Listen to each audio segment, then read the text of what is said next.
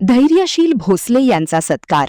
बाळूमामा देवस्थानचे कार्य सर्वसामान्यांच्या कल्याणासाठी अग्रेसर. संत सद्गुरू बाळूमामा देवस्थान समितीचे नूतन अध्यक्ष धैर्यशील शिवाजीराव भोसले यांचा नुकताच जाहीर सत्कार कौलव सांप्रदायिक मंडळाच्या वतीने करण्यात आला. या सत्काराला उत्तर देताना बाळूमामा देवस्थान समितीचे कार्य हे नेहमीच सर्वसामान्य लोकांच्या आणि भाविकांच्या कल्याणासाठी अग्रेसर राहील, असे प्रतिपादन धैर्यशील भोसले यांनी केले. श्री क्षेत्र आदमापूर येथील सद्गुरू बाळूमामा मंदिराच्या व्यवस्थापनात आणि सामाजिक कार्यात देवस्थान समितीची भूमिका अत्यंत महत्त्वाची आहे. धैर्यशील भोसले यांच्याकडे अध्यक्षपदाची धुरा आल्याबद्दल विविध क्षेत्रांतील मान्यवरांच्या उपस्थितीत त्यांचा गौरव करण्यात आला.